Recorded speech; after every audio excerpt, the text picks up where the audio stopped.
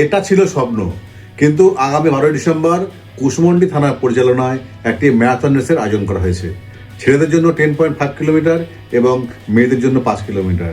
নিচে দেওয়া যে কিউআর কোডটা আছে, এটা স্ক্যান করে আপনারা ফর্ম ফিল আপ করতে পারবেন। সেই ফর্ম ফিল আপ করুন। আমি চাই আপনারা প্রত্যেক ফর্ম ফিল আপ করুন।